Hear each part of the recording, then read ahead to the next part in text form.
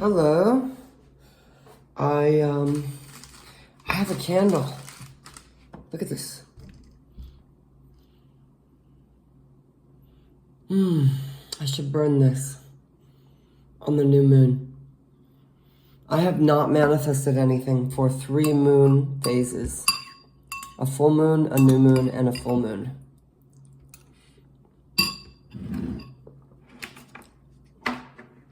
Because it has been eclipses. So, there's no manifesting on eclipses. This feels good though.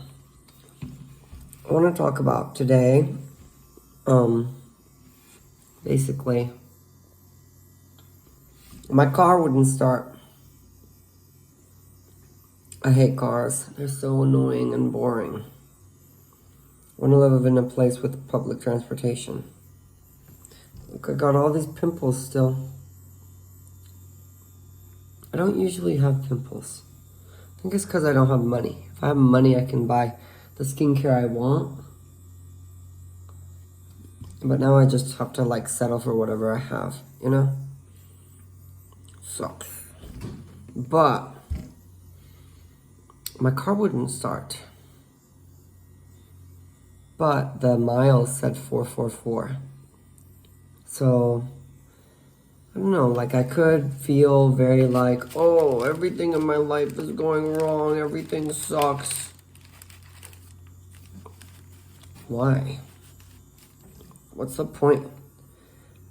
Crying about it doesn't change any of the problems. You know, maybe things are happening for a reason. Especially if your car's mileage says 444 when your car won't start.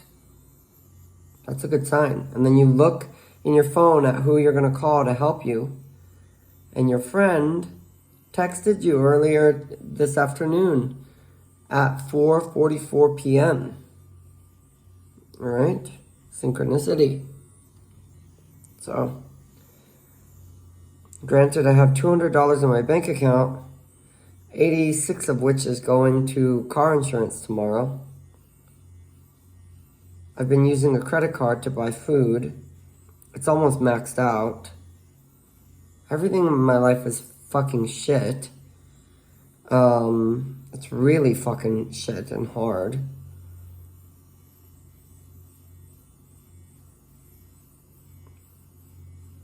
I don't have a job. I really want a job. Just part-time. A little bit of income. I am trying to secure jobs for the cleaning. If I secure 8 jobs, that gets me my rent paid. So literally that's all I'm doing right now is trying to get jobs for the business I'm starting. It's hard. I have a really nice carpet shampooer and not a nice vacuum.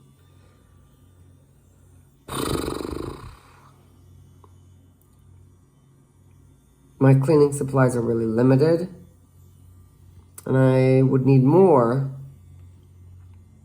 I have a job to do on Wednesday.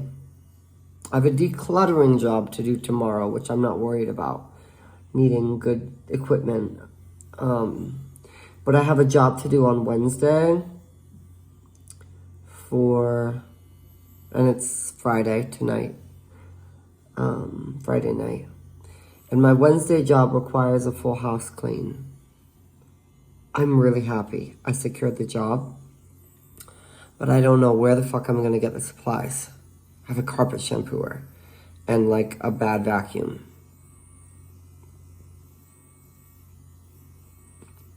So, and now the car thing. I'm about to finish school, get my associates in 2 weeks. And it's kind of like getting to the point where it's like, I have to make money with this fucking business or everything's done, basically. I have to make money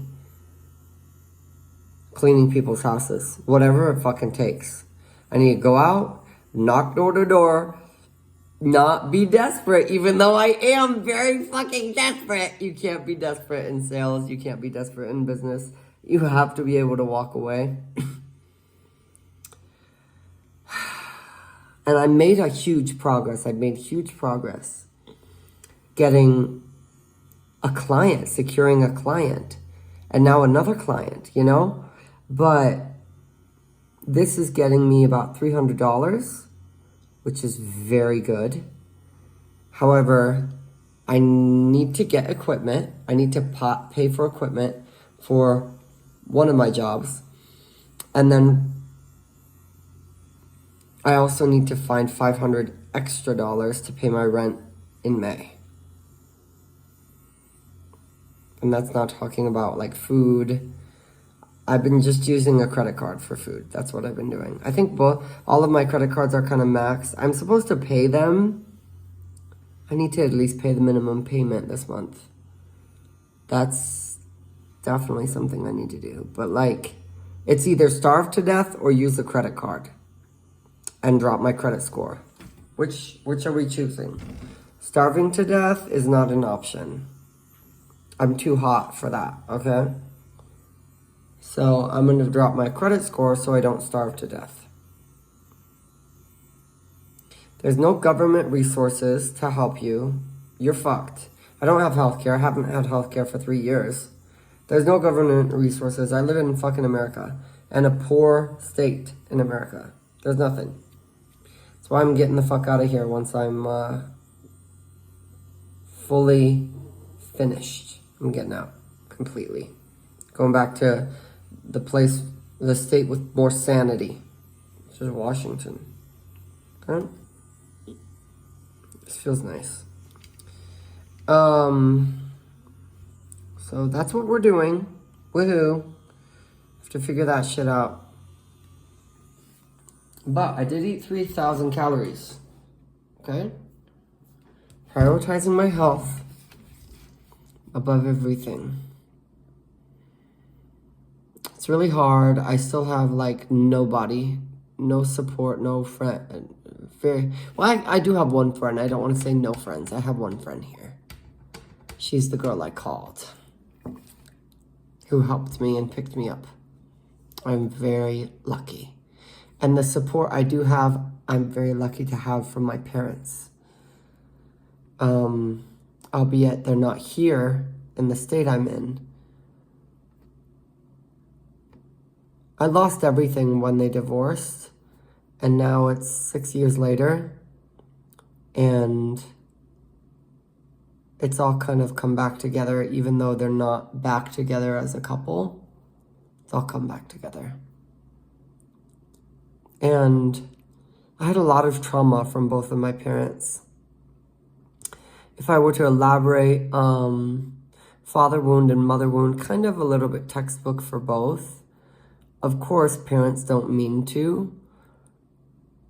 I wouldn't mean to hurt my children if I had them, but likely I would, you know. And I think what makes a great parent is a parent that can acknowledge their imperfection and their failure and the inevitability of that happening as a parent. And forgiving themselves, because we don't get any help, we don't get any instructions in this life for anything, especially parenting. But my mother wound revolves around self-worth. My mom has a lot of trauma of her own.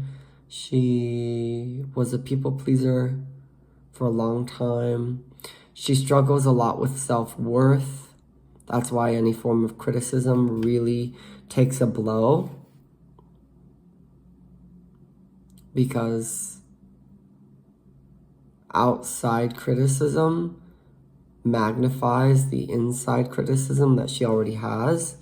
And so it can just sort of compound and make her energetically really messed up from that. It's really hard. But my mom has a bit more resiliency when it comes to growth,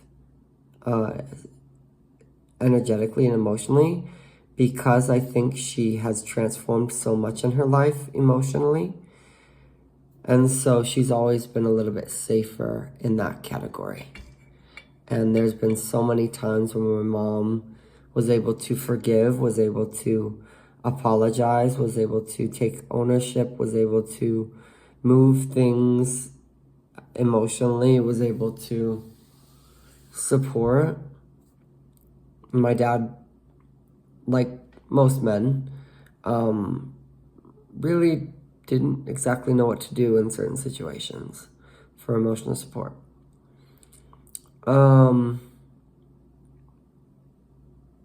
He has his own way of supporting, but it's not necessarily feminine and the nurturing way that you might get from a mother. Both of my parents have like mountains of trauma. Oh my God. And I think part of it is, I don't know if they fully even realize how traumatic and crazy their lives were before meeting, especially and before having kids together. Like, my dad had no father. He had an abusive, physically abusive stepfather. His mom was amazing, but had her own emotional issues that manifested into things like, cigarettes and alcohol, which leaves an effect on a child. He had to kind of grow up at like 12 years old or something like that. And that's not healthy for a developing young boy. They shouldn't have to be the man of the house at all until they're a grown man with their own family. My dad has been an entrepreneur his whole life because that's the only way he could survive. And my mom, God, oh my God, I don't even want to get into it, but mom, spiritual abuse, physical abuse, kind of lowball sexual abuse,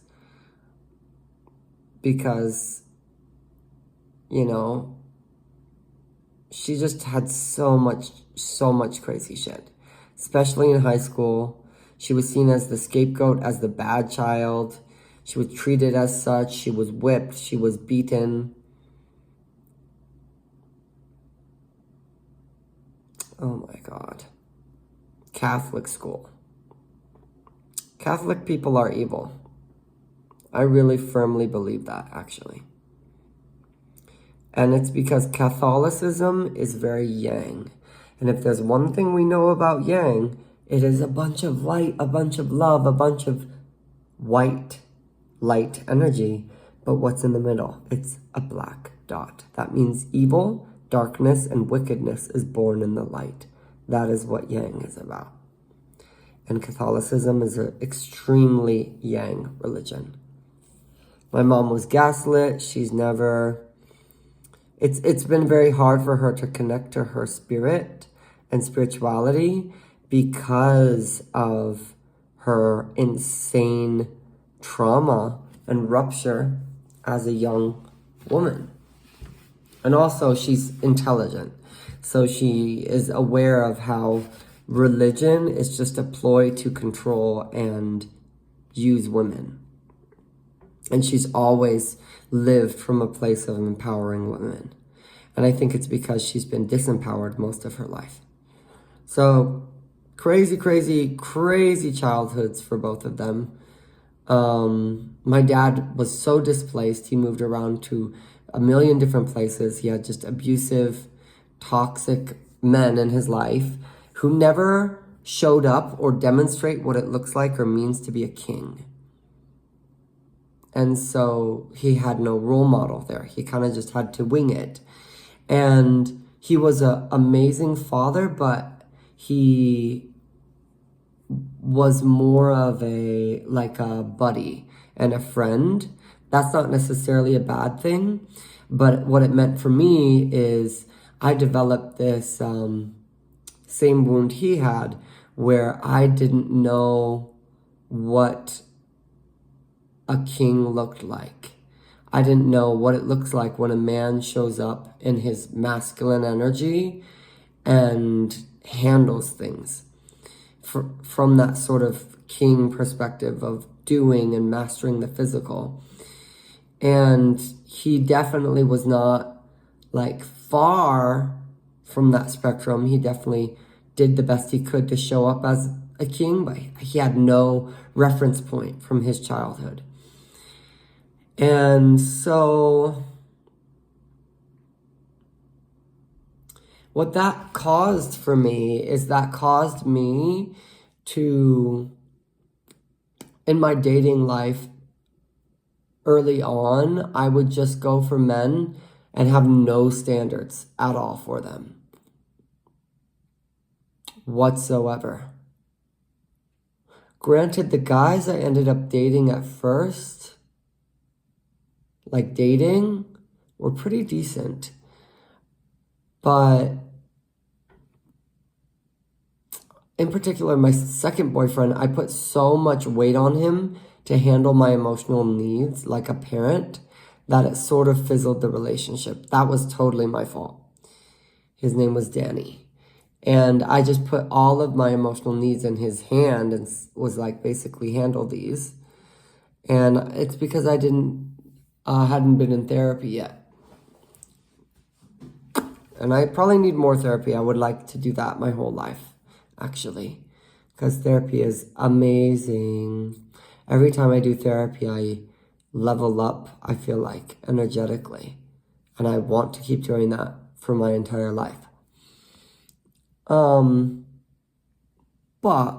anyways, my mom and dad did basically give me some trauma. My mom did do therapy before being a mother, which made a huge impact on what she was conscious of from her childhood and what generational curses she was able to stop. My dad didn't. And so that's not necessarily, anything to be shameful about. Therapy is very stigmatized from their generation. So it's not like it is today where it's like a cool thing that you do and everybody has a therapist. No, it was like you're psycho and there's something medically wrong with you if you go to therapy. And that's not uncommon for people like Gen X and baby boomers to not do therapy before maybe they're older if they desire it, because it was just stigmatized. But basically, the trauma I got from the father wound was seeking validation from men, seeking security in myself from men. That wound me up in a lot of hollow situations where I ended up being with a guy, sleeping with him too quickly, and then getting discarded like a used napkin. I'm sure a lot of women can relate with that if they've ever been a pick-me girl. And then that affecting your self-esteem and self-worth, and you feeling like there's something wrong with you, you're not attractive. And girl, I've always been sexy. Like, the way I look, I've always been sexy. And so it was just weird. And I also feel like sometimes the prettiest girls sometimes get left out in the cold, because men are intimidated by them. So, yeah. My first interaction with, as an adult, basically my first interaction ever, I would like to clarify, my first interaction ever with someone else in an intimate setting was unconsensual. That really warped me. And I think it's also hard as a gay person because sometimes straight people do get to learn some of the basic rules. But when you're gay, it's like really hard. It's really muddy. There aren't rules, you know. You don't learn about topping or bottoming. You don't learn about like what works for you. You don't really understand consent or necessarily learn about that. It's vague, and the gay community, between men especially, is so hookup focused because all men really care about is, you know what, 3-letter word, and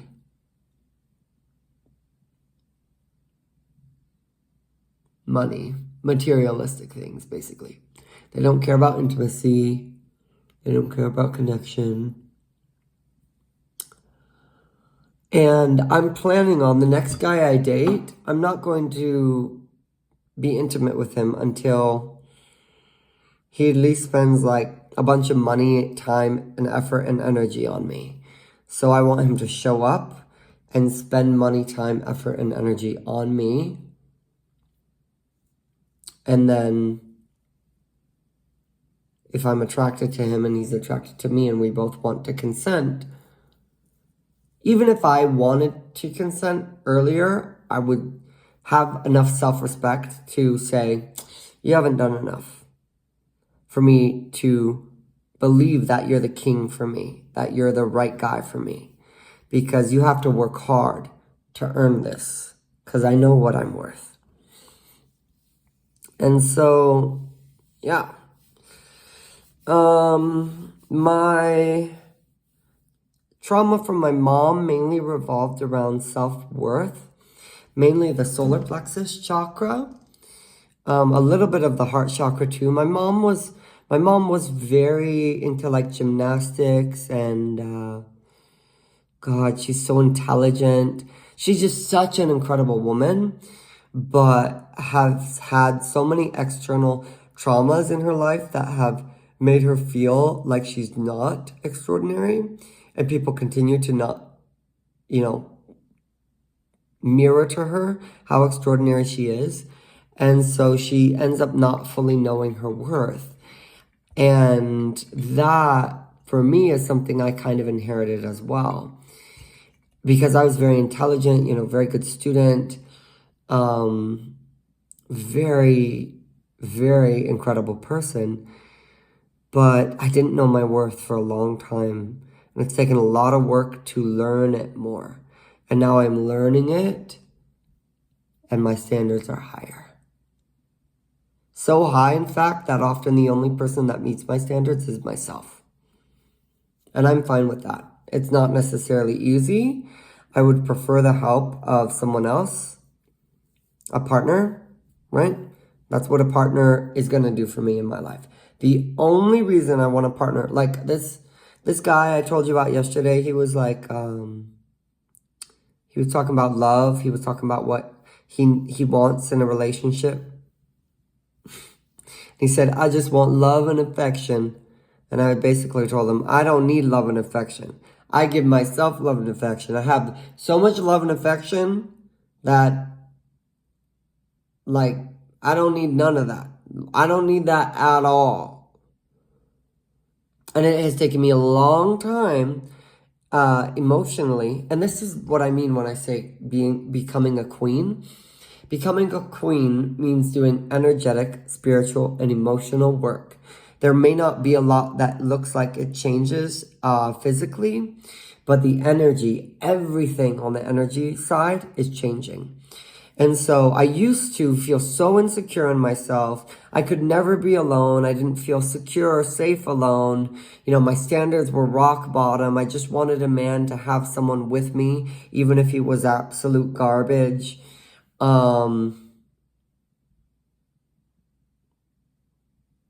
I needed external validation. I needed emotional support. I needed a hug. I needed, love and comfort and a man to boost my self-esteem and, hold me when I'm crying and all of that. And now I have done so much healing, so much work. And it took years, okay? Help from therapists, of course. A lot of help from my own spiritual journey. A lot of help from like Reiki work, crystal work, energy work, right? A lot of science people will think, oh, that's all bullshit. But any diva, woman, feminine person knows that it's real. And I've gotten to a place now where I would never and do not ever need a man in my life in order to feel secure. I don't need a hug from him. I enjoy hugs. They're not bad. As long as he's not like gross and disgusting. You know, if it's someone but most of the time when I hug people, I can feel my abundance of energy overflowing into them. And them being energetically boosted by my hug, by my energy. Same thing when I do other types of intimacy with people. It's like people are taking my energy. And that's very dangerous unless I'm at a place spiritually where I am overflowing. I am so abundant. I have so much to give that I do give it. And if someone is really gross and icky, especially energetically or spiritually, I don't touch them. They don't get access to my energy or my body at all. And I remove my presence and my existence from their life. My presence becomes my absence. And that's your power as a feminine. A lot of feminines and women don't understand their real power. It has nothing to do with what you're doing, what you have, what you're controlling, how much money you have, or what you look like. Your power as a feminine is directly correlated to your presence and your existence. Just your being. That is very feminine. Human being is feminine. Human doing is masculine. They're not good nor bad. But your very existence is your power. So the most powerful thing you can do when you're getting disrespected, when you're not being treated the way you want, is walk away. Block and remove people completely from your life. Denying them access to you, your energy, your presence, your time, and everything there. And some women don't have enough self-esteem to feel like that's impactful. But when you do the work and you heal and you realize how magical you actually are, and that's what I'm realizing about myself and what I've realized and am continuing to realize about myself is how magical I am, that there's a hole left. Whenever I leave people's lives, be it intentionally or just because I have to, like if I'm living with someone or I'm neighbors with someone and I need to remove myself because I'm moving to a new place or a new location, there's a hole left. There's an absence felt whenever I leave somewhere. And that absence holds so much weight and so much power. And grief often for those people. A lot of times when I remove myself from people's lives, they miss me and they cry. Even if I was a psycho, even if I was crazy. And even when I meet people, people remember me even if we only have a brief interaction or if we only interact on a surface level. People remember me and I'm more powerful in my absence because they notice I'm not there. So, how does this tie in? Essentially, my power is my presence. And I've recognized that and I'm realizing that. And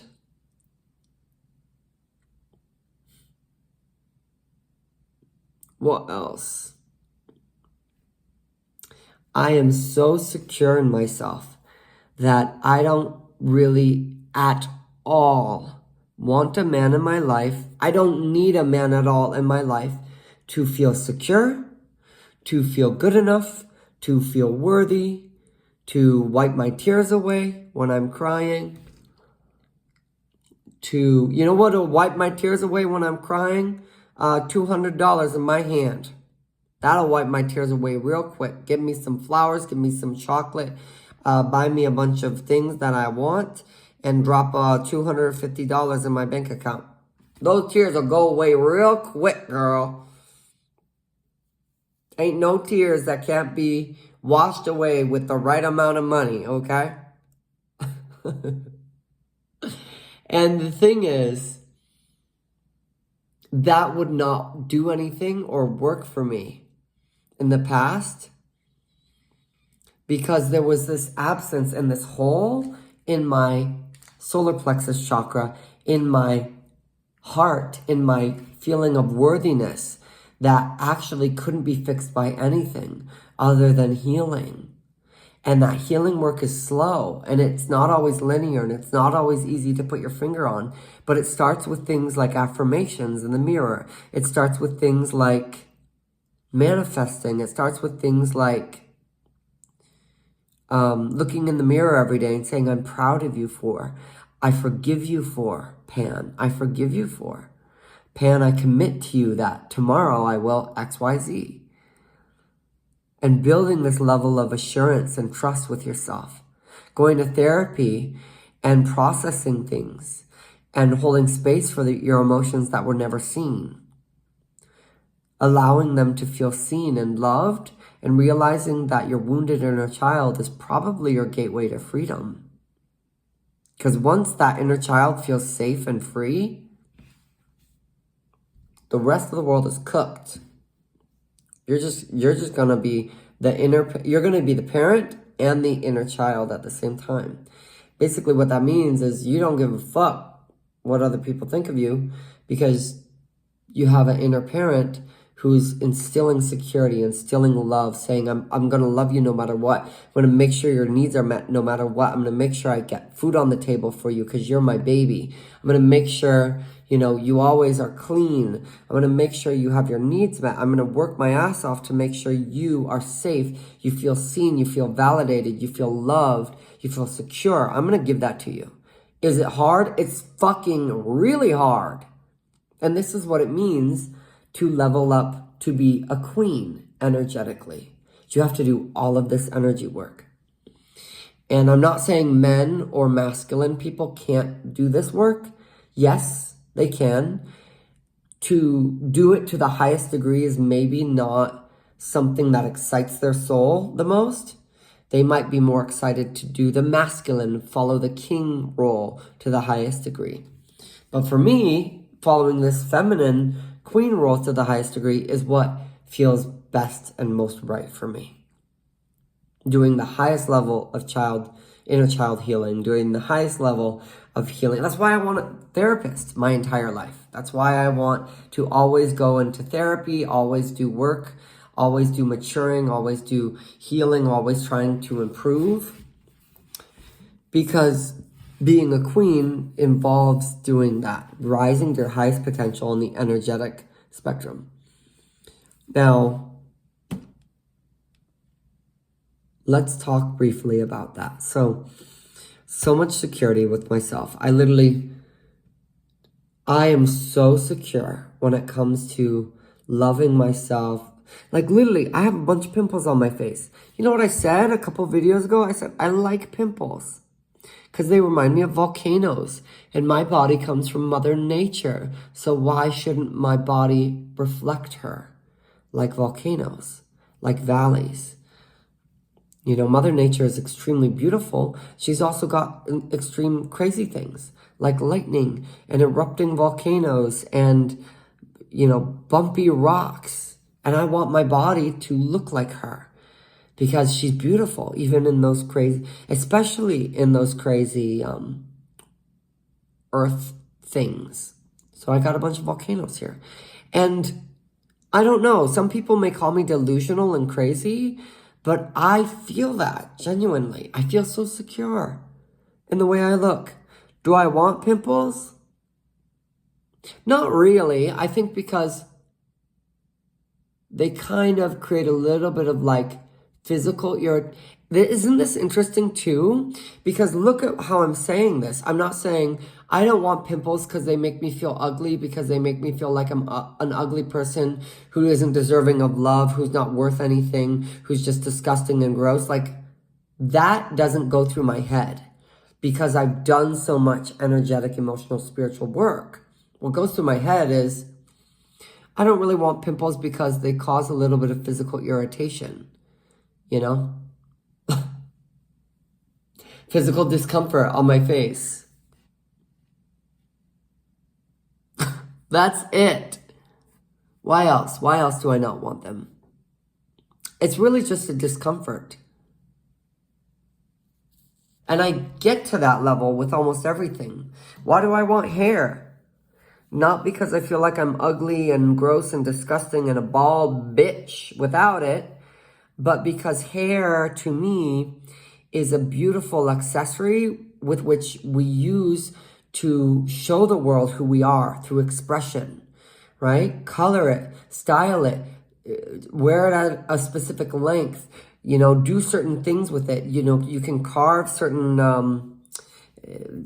those designs through your hair. If it's really short, you can color it certain things. You can do highlights.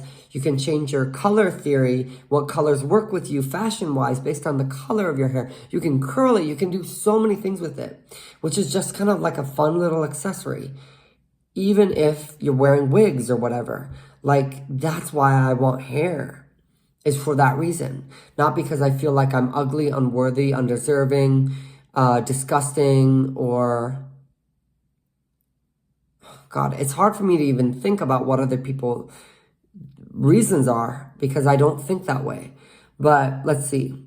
They don't want to be bald because they feel like their friends will not love them. They feel like their family won't love them. They'll be ugly and alone for the rest of their life.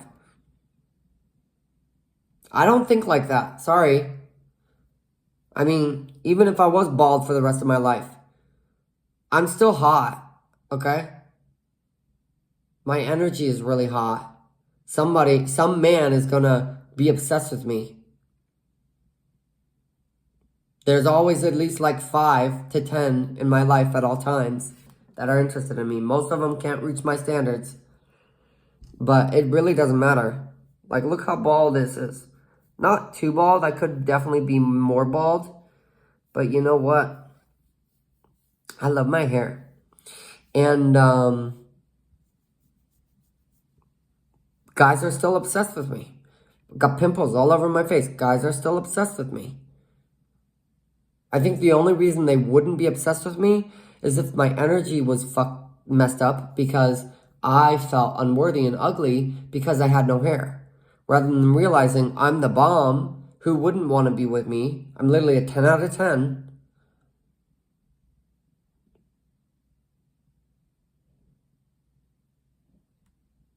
You know? And like, what's my hair got to do with it? Now, do I want hair? Yes, because of expression, like I said. I want to have color. I want to have fun. I want to have blonde hair in the summer. I want to style it in a certain way. I like to have little hair I can touch and blow in the wind. It feels fun. You know, that's just my preference. I don't think I would date men without hair. Like, I don't think they're ugly or unworthy or disgusting. I don't care. So, what else? That's about it. I mean, I'm very, very secure.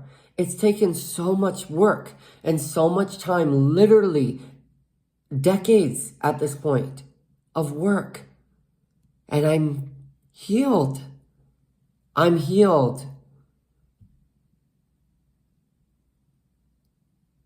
And I want to continue healing. Because if I've learned anything, it's that there's always more growth. There's always more. and I just become better, more attractive, more energetically elevated, more magnetic, more warm, more connected, more of value to people, the more I heal. So that's where I am, coming back to where we started this whole big discussion, was talking about boys. So what I want in a man is not a man who's going to help me feel more secure emotionally. I don't fucking need that. And this boy that I like him. I do like him. He can never know that I like him. We can't tell him. Why? Because then he will turn into a diva, okay? And I cannot date a diva, okay? I cannot date a diva. That's not gonna work. I'm already a real big diva. And if I'm dating a man and he starts to turn into a diva, we're cooked. It's over. It's not gonna work. We're gonna clash, okay? It's like two divas head on. Not gonna work, okay? So we can't let him know that I actually really, really love him and like him. Never. He can never know, okay? But anyways, and also I have to pretend I don't know his name, because you're not supposed to remember a guy's name until he at least spends like $150 on you, okay? He needs to take you out to expensive dinners. He needs to go take you on expensive dates, pay for everything, okay? Once he pays for $150 worth, then you're like, oh, I remember your name. It's called Elite Diva Condition, okay? Elite Diva Condition. You have a condition, you have a disease, it affects you, it's very, woe is you, you have this condition, it's something that is permanent for the rest of your life. It basically means you're an elite diva and your brain cannot remember a man's name at all until he spends $150 on you, taking you out. Okay? Once he gets to that level, boom, you can remember his name suddenly. Okay? If he wants like a hug, girl, you're going to need to spend $1,000. You're going to have to do enough work that would attribute to $1,000 of value. Okay? Go fix my broken light. Fix my bookshelf. Fix my car. Help me with something that I need fixing. My house is all falling apart and I don't understand anything because I'm just a diva. Okay? But we're not going to remember his name. Although I do know his name. But I have elite diva syndrome. Okay? Anyway. He's very handsome. He's tall. He works at my gym. I do flirt with him a little bit and compliment him. I try not to give him too much because he needs to stay stressed. He needs to stay chasing me. Okay? If he stops doing that, it ain't gonna work. Okay? I like to be chased. I like to be obsessed over. There's nothing better for me. It feels amazing. And he said to me, he just wants love and connection. Is that really what men want? Because I think what he really means is he wants a soft place to land in the bed at the end of the night. Every day, every morning when he wakes up. That's what I think he means. But he phrases it, I want love and companionship. We all know what that means, okay? Not saying he doesn't want love and companionship, but he also wants the extra, the good cherry on top that comes with the love and companionship, okay? We know. I know how men are, okay? What I want is a man who will make my life easier. I have so much that I do in my life. And the thing is, I can do everything. I can do everything in my life. Pay my bills. It's going to be real crazy this month because I have to hustle. Get $500 from other clients, okay? I have to hustle to pay my rent. I have to find a part-time job. I have to pay for my groceries. I have to feed myself. I have to cook my food. I have to brush my teeth. I have to wash my face. I have to do all the health things. I have to take care of my body. Okay? I have to take care of my home. take out the trash myself, do the dishes myself, clean the bathtub myself, clean the house, make my bed, do the house-related things, water my plants. Okay? I have to do all that. Then I have to go to school. There's no man in my life who's going to make that easier. Sorry. School is your own personal thing you have to do by yourself, unfortunately. But then I have to go to work, okay? Why? Because I need money. That's literally the only reason. If I didn't need money, girl, I'd never go to work. F that. I don't like that. Especially if they're not paying me more than like $20 an hour. You kidding? You want me to show up and lift things and do things for like $12 an hour? These people are delusional, okay? So working, money, and then money, of course, so money. However, I get that, paying my bills, paying for food, paying for everything. You need to pay everything. Everything you do in life requires money to exist. It's just how it is. Unless you live off-grid and you do everything yourself and meet all your needs yourself, then money is essentially the work that you do, the physical labor that you have to do to get water, shelter, food, fire, the products you need, the tools you need. You have to do everything, build everything yourself, basically, if you want to live off-grid. And all of that is of value. If you were to do that in larger quantities, you could technically sell those skills or sell those products to other people that would need them, that don't want to put in the work to make them. That's why money exists, okay? But you need money to live. And then lastly, I do all of my spiritual stuff by myself. So sniffing candles, taking all my clothes off and dancing on the full moon, which is tonight. Let's take all our clothes off. Okay, not right now, not in front of camera.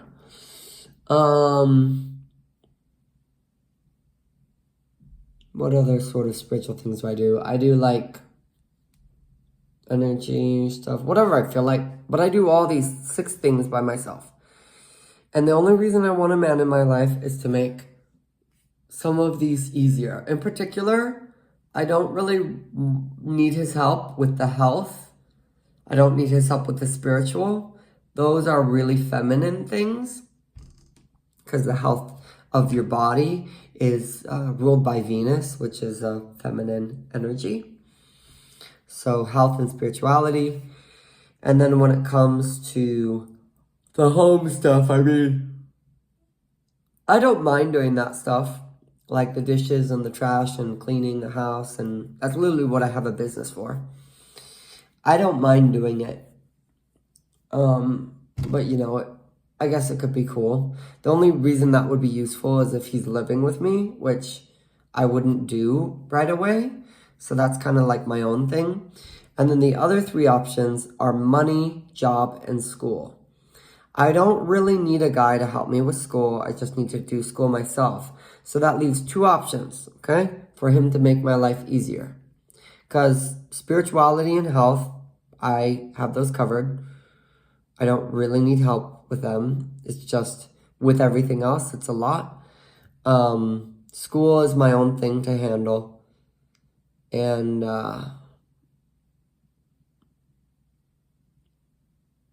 my home, I can handle on my own. Until we technically live together, then, he could make that a little bit easier if he wanted. But the 2 things I want from a man is to help me with, I have to go to work all the time. I have to do all this work to make money, okay? So I want him to make those 2 things easier, because I hate doing those. They're really hard, really difficult. And in particular, I would like a man who maybe struggles taking care of his health, maybe feeding himself, maybe taking care of his health, because that's something that's my strength. I want a man who maybe struggles taking care of his spiritual hygiene, because that's another one of my strengths. School, again, we're going to take that out. That's his own thing. But I guess if he wants help around the home, that's a forte. I literally have a business. Okay? To do that. So, that's what I'm looking for, okay? Money and job. Have a nice job, get some good money, spend it on me, and put it in my bank account, okay? You want to win the way to my heart? There's how you do it. Treat me with respect. Don't do weird things like having a bunch of trauma that makes you want to like be violent and crazy. Like, I'm sorry, but you're going to get kicked out. Even if you have a lot of money and stuff. I'm going to take as much money as I can get, and then you're getting kicked out. Because I'm not dealing with a crazy person with unhealed trauma. Okay? Not dealing. So, basically, that's my love situation. This guy I really like, but we have no idea how he's going to show up. You know? I need to just let it play out. Because that's what I usually do with guys.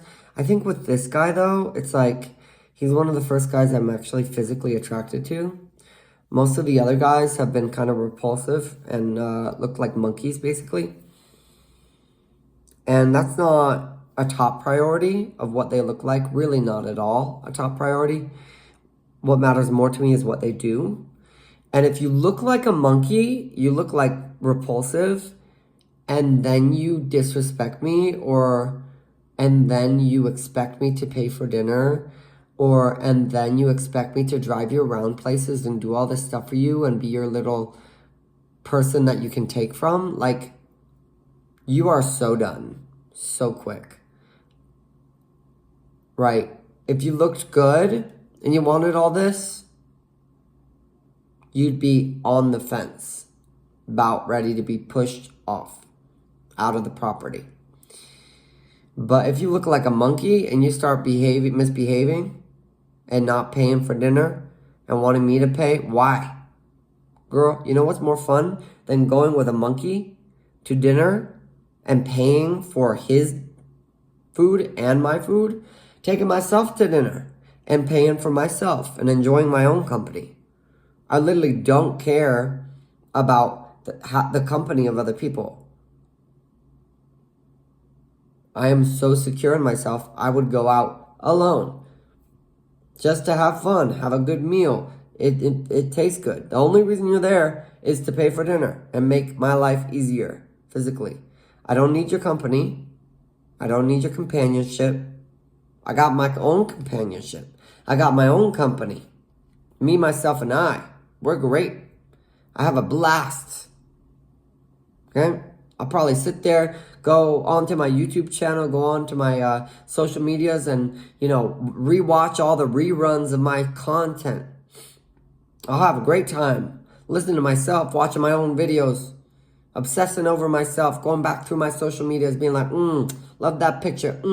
Let me rewatch this. I love this singing video. Right? I could sit there for 45 minutes enjoying my own company with myself. I don't need you. You want me because I'm iconic and interesting. And what's not to be obsessed about? And people may look at that and say, wow, you're such a narcissist. Narcissists don't have empathy. They don't have access to empathy.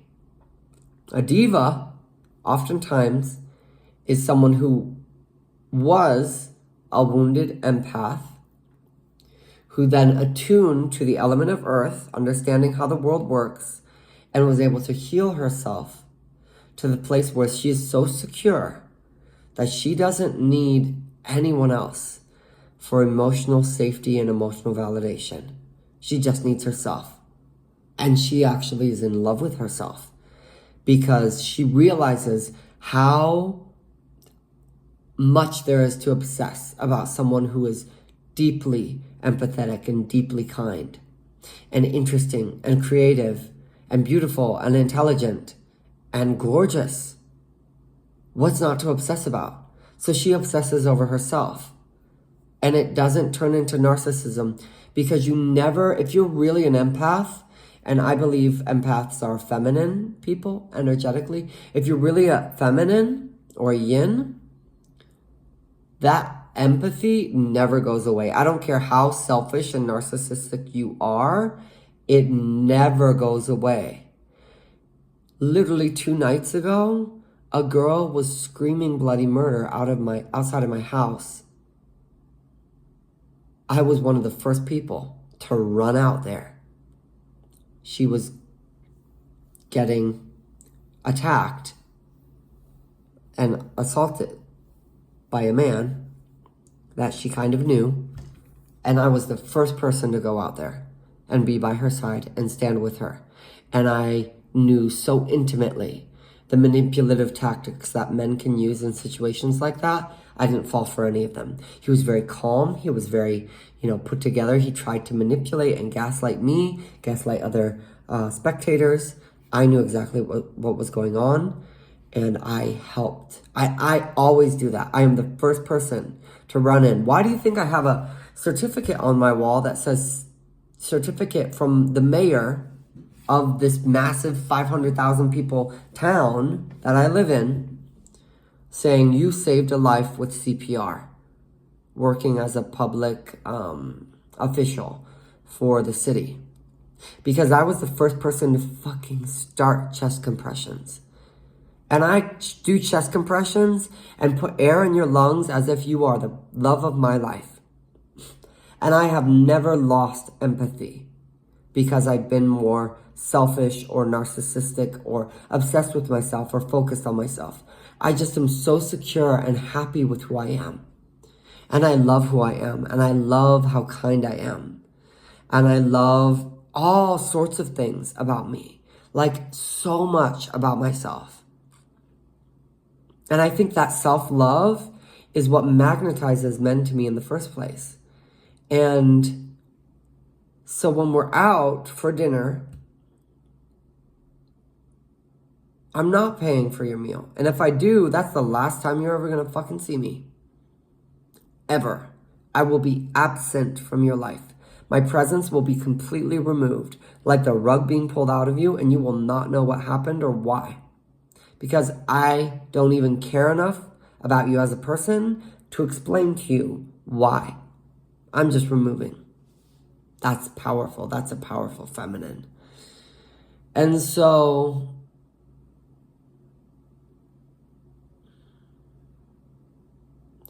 I just want a guy in my life who's going to pay for dinner. And I want him to be a little bit stressed out and a little bit like not fully on my level of security. Do I? I'm not sure about that. But definitely I think it's helpful when he is magnetized to my level of self-love and my level of empathy and the amount of warmth and security and comfort he feels by being with me. That helps, because that is why he wants to show up and pay for dinner. He wants to show up and make my life easier and go to work for me, for his diva queen, and come home and get that comfort and love that he wants, every morning and every evening. But I am just so different than I was even 6 months ago. Every eclipse season, I massively transform. And this eclipse season is no different, but the past,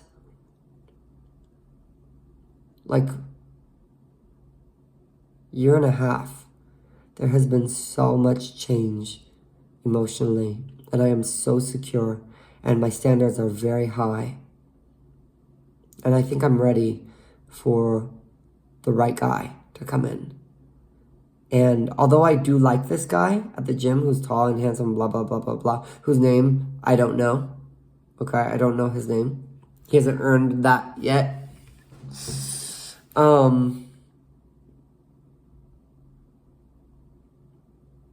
I will grow more attracted to him if he shows up and puts in the work and the actions to demonstrate that he loves me and wants me and likes me and really wants to be the one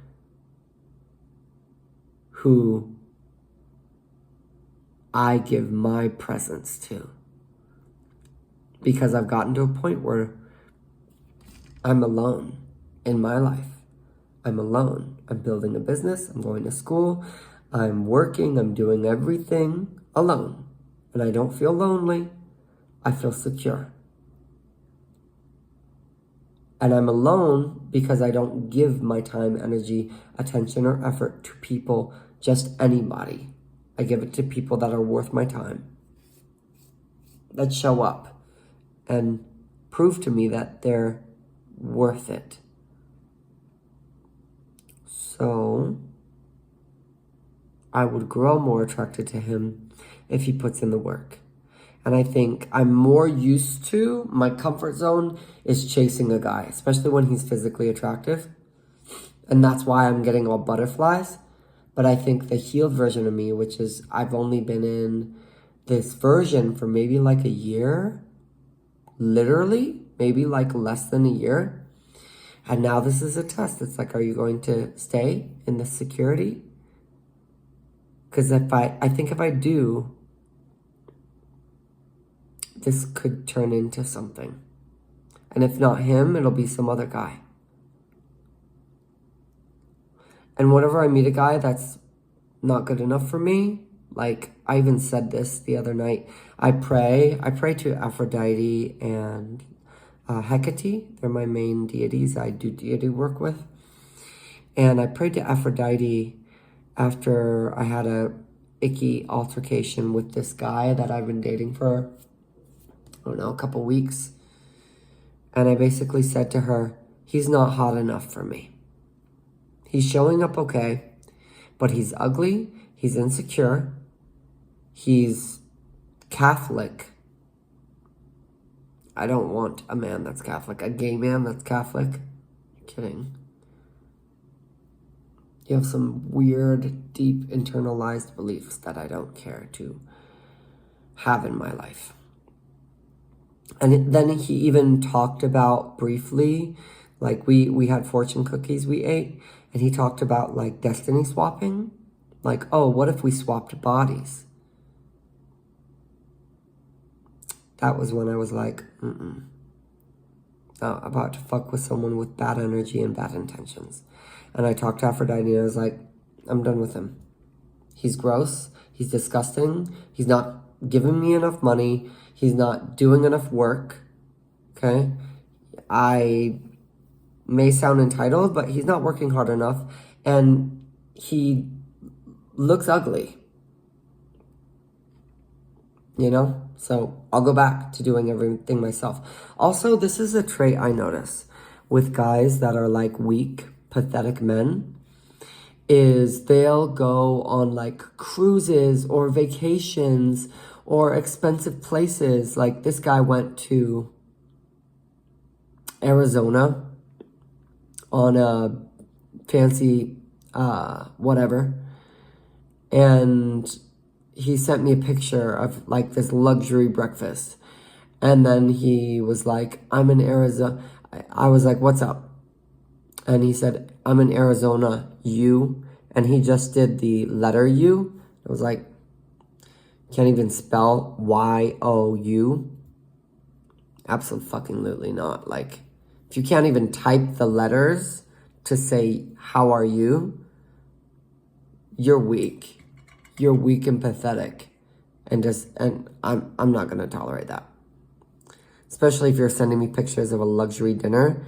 You know, when you could have invited me to Arizona with you. You know, I really like your presence. Let me take you to Arizona with me. Let's go together and you can be with me and I'll take you to this nice breakfast restaurant. I'll take you to this nice dinner. And he sent me another picture of some other stupid thing like, oh, I'm in the hot tub now. It was like this resort. I don't give a shit. Like, I literally don't care how much money you have, what you're doing with your money, unless that money is being spent on me or given to me. Then I'm like so happy, so pleasant, so joyful because you're showing up and demonstrating.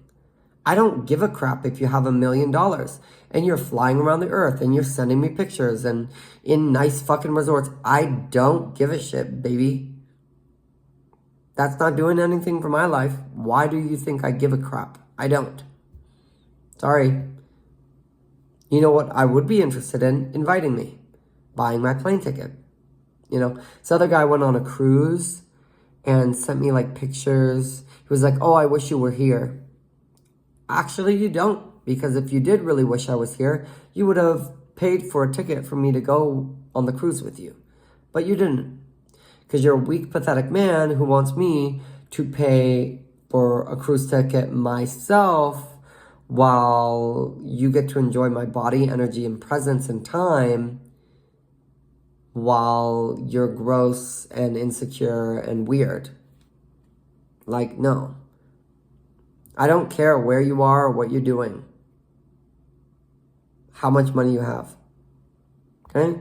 Note to all men. If you want a girl or diva or a feminine to like you, show up with evidence. She doesn't care about your Ferrari. She cares if you buy her a Ferrari, right? You really want to show her you love her? Buy her a Ferrari. Give her the title to your Ferrari. That'll really get her going. She'll really be excited. Albeit, that may not be the gift she actually wants. You might be better off driving her in the Ferrari and figuring out what she desires, because a lot of women don't always desire like a car necessarily. But definitely if you're going on an experience like a true cruise or a trip or a resort, she doesn't care to see pictures. She would care more to be there with you and to have you making that experience physical and real for her. That's what she cares about. So, that's all. I need to go to bed. I'm going to drink some water, but that's all for my video. I really like this guy, but we're going to let him show up or not show up, and then I've gotten pretty used to pretty much discarding guys right and left, so I'm not going to get too excited, although, you know, I'm just not. Like, I've been into a lot of guys over the past year, and because my standards have changed, it has been time after time after time after time, basically dumping them and discarding them or removing myself from them because they don't know how to show up like kings. Nobody ever taught them or whatever. I don't really feel like telling them. Sometimes I do spell it out a little bit, but I'm not here to preach to a boy my whole life on how to be proper. Okay? Anyway. Bye. I gotta go so I can wake up tomorrow and do the car thing. Gotta do the car thing and go work for my neighbor to make $100. I'm happy I can do that though. Anyway. Bye.